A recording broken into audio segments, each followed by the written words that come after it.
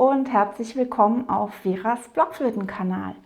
In diesem Video möchte ich euch mal meine absolute Lieblingsetüde vorstellen zum Üben der Artikulation auf der Blockflöte. Falls ihr mich noch nicht kennt, mein Name ist Vera Petri und ich gebe euch Tipps zu besserem und schönerem Blockflötenspiel.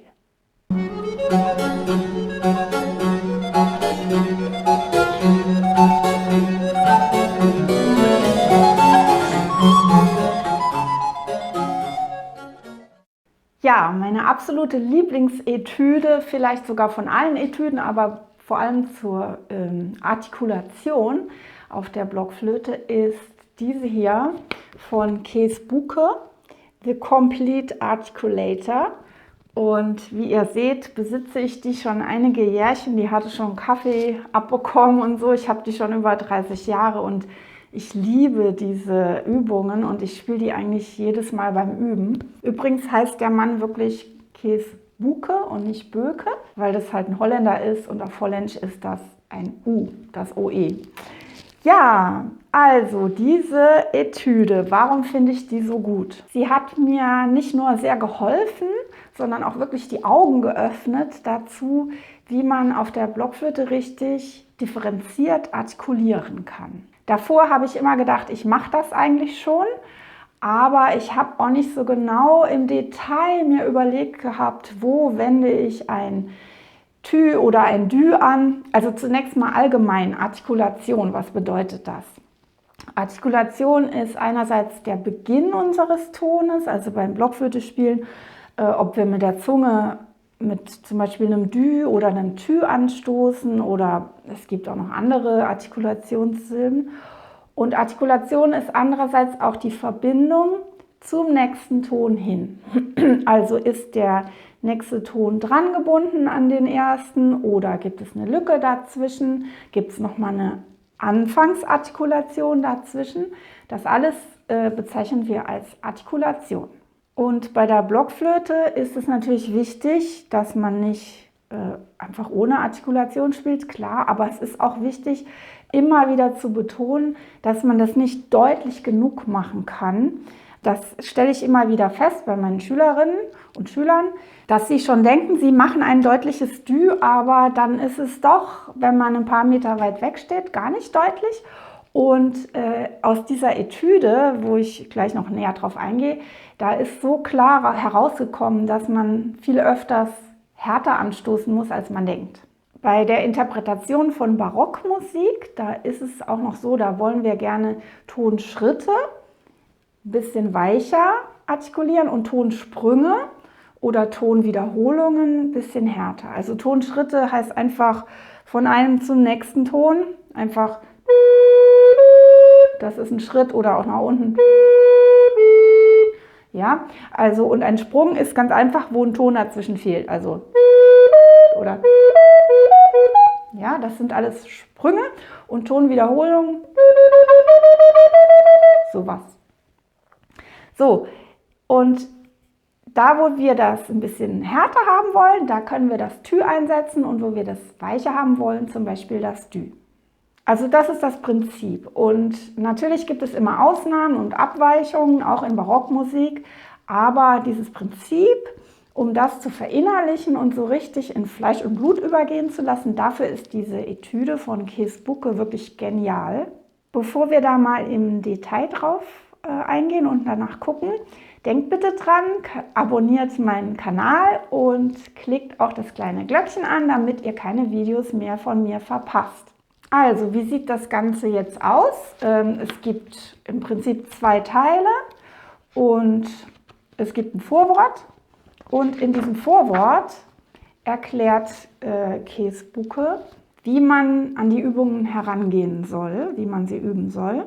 Und er erklärt auch dieses Prinzip, was ich vorhin erwähnt habe, von den Schritten und den Sprüngen und dem deutlichen Anfang jedes Tones. Der erste Teil des Etüdenheftes ist in Dreiergruppen, also Artikulation auf verschiedene Dreiergruppen und verschiedene Vorzeichen. Und der zweite Teil behandelt Vierergruppen mit den unterschiedlichen Artikulationen. Und aus diesen Vierergruppen nehmen wir jetzt mal ein Beispiel heraus, wo ihr Vierergruppen habt mit lauter Tonschritten.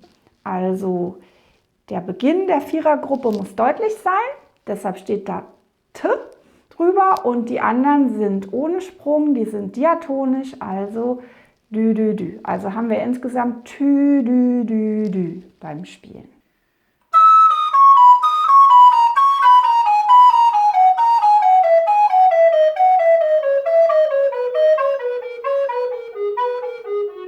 Und jetzt schreibt Bucke, wie man das üben soll, nämlich erstmal eigentlich nur den ersten Ton von einer Vierergruppe und sich den Rest nur vorstellen. Also dass ihr den ersten Ton mit Tü spielt und ihr stellt euch das Dü, Dü, Dü vor.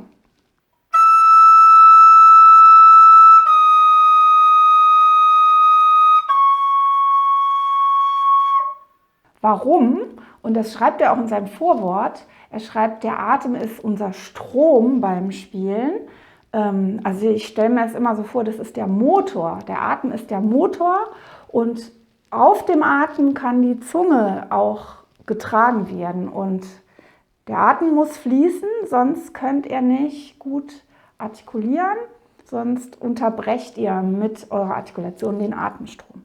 Also, als nächsten Schritt sagt er dann, man soll das auf ein und denselben Ton dann in echt spielen, also nur auf den ersten Ton.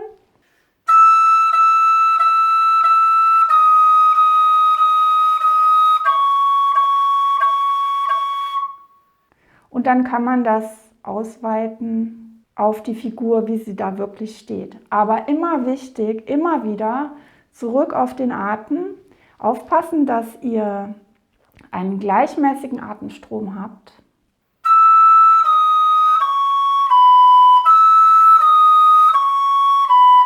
Und falls es euch schwerfällt, das sagt er auch dazu, dieses Dü einzubauen zwischen den Tüs, also die weichere Artikulation zwischen den härteren, dann könnt ihr statt des Düs auch eine Bindung machen, übungshalber.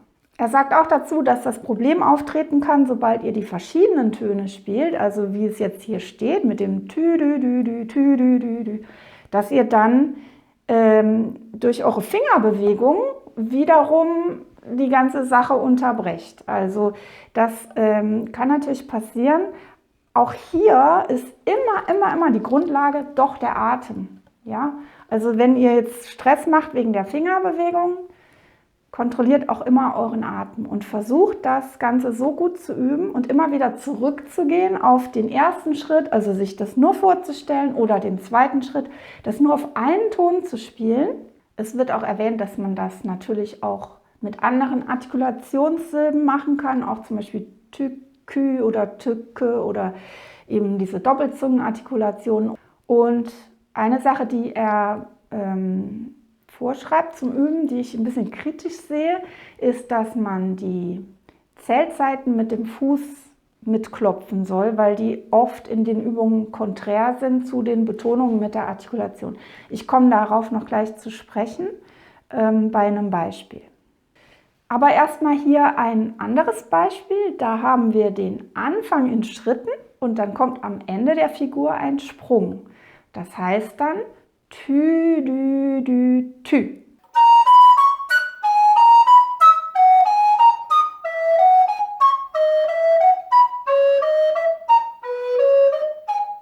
Hier seht ihr also wieder das Prinzip, immer sobald ein Sprung auftaucht, ein Tü, und auch wenn es in Schritten verläuft, den Anfang auch mit einem Tü, weil das deutlich sein muss.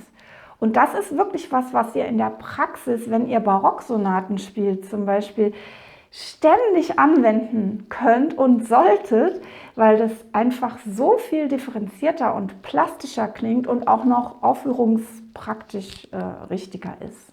Ihr müsst aufpassen, dass ihr nicht die Tüs lauter blast als die Düs.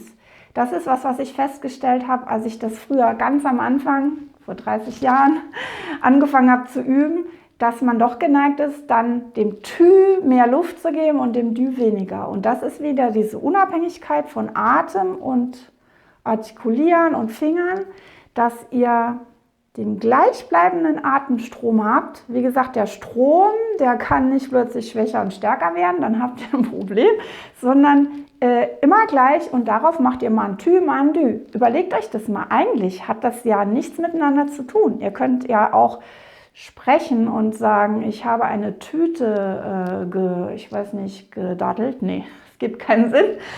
Aber dann müsst ihr ja auch nicht eure Lautstärke ändern. Eigentlich ist es unabhängig voneinander, ob ihr Tü oder Dü in die Flöte reinsprecht. Nur das ist im Kopf, dass man das denkt. Tü ist stärker, kräftiger, ist ja auch stärker, klingt ja stärker, aber nicht lauter geblasen, nicht mit mehr Luft. Es wirkt lauter. Dann haben wir hier an dem Beispiel eben auch eine diatonische Abfolge mit Sprung. Aber hier ist es jetzt so, dass das quasi auftaktig beginnt.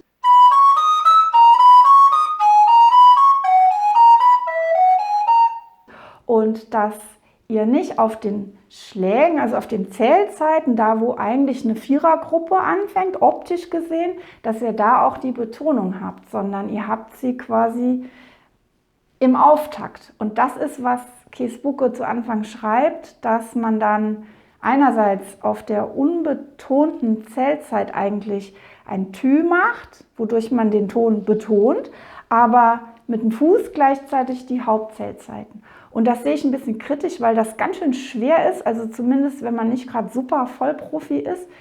Und weil das auch wiederum rein körperlich den Atemstrom so unterbrechen kann. Deshalb sehe ich das ein bisschen kritisch, aber vielleicht habt ihr ja andere Erfahrungen, vielleicht kennen einige von euch ja diese Etüde und sehe ich das falsch. Aber wie gesagt, ich würde das mal, ja, vielleicht mal ausprobieren, aber Atem muss gleichmäßig fließen. Dann haben wir einen Schritt zwischen den Sprüngen und hier seht ihr auch wieder, der Anfang dieses kleinen Schrittes muss mit Tü sein, deutlich sein.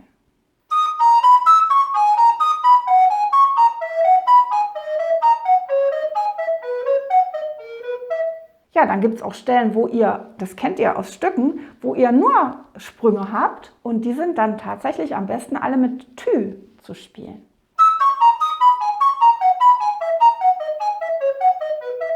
Das verliert man tatsächlich oft aus dem Auge und es klingt so viel besser und deutlicher und es wirkt auch schneller, auch wenn ihr das Stück gar nicht schneller spielt. Aber wenn ihr das schön, und es wird auch kürzer dadurch, ne, dass ihr das mit Tü macht. Also das ist das, was wir in der Barockmusik auf jeden Fall bei Sprüngen brauchen und was, glaube ich, immer beim Blockflöte spielen besser klingt, wenn man die Sprünge so mit Tü artikuliert. Ja, und dann haben wir hier in diesem letzten Beispiel alles kombiniert. Also einen diatonischen Schritt, eine Tonwiederholung und dann noch einen Sprung am Ende. Und wenn ihr euch das mal anschaut, da ist tatsächlich nur ein einziges Dü drin. Was wieder daran euch erinnern soll, dass man viel, viel mehr Tüs in das Spiel, in das Blockflötenspiel einbauen sollte und könnte, als man so landläufig denkt. Ja? Also viele Spielerinnen und SpielerInnen gehen hin und fangen einfach an zu spielen, ohne nachzudenken, wo artikuliere ich wie. Und wenn ihr diese Übungen macht, und das finde ich eben so genial daran, dann habt ihr nach einiger Zeit das Prinzip verinnerlicht und dann könnt ihr fast nicht mehr anders, als das im Stück dann auch so zu machen. Es hat auch den großen Vorteil, dass die Zunge ständig unterschiedliche Sachen machen muss. Das habe ich ja schon häufiger in meinen Videos über Artikulation erwähnt. Und das ist natürlich viel leichter für die Zunge, als wenn die immer nur dü, dü, dü, dü, dü, dü, dü oder tü, tü, tü, tü, tü, tü, tü die ganze Zeit machen muss. Aber jetzt nochmal, immer dran denken. Erstens Atem, zweitens Atem, drittens Atem. Ein weiterer Riesenvorteil dieser Etüden ist wie so ein Nebeneffekt. Ihr trainiert nämlich perfekt die ganz hohen Töne, weil ihr die ja ständig spielen müsst und ihr eigentlich fokussiert sein müsst auf die Artikulation und nicht auf die Griffe. Natürlich müsst ihr das irgendwie hinbekommen und im Zweifelsfall immer langsam üben, ja. Aber der Fokus liegt nicht auf den hohen Tönen und wenn ihr euch das zur Gewohnheit macht, diese Stücke regelmäßig zu üben oder wenigstens ein paar davon, dann gehen automatisch auch die hohen Töne viel routinierter.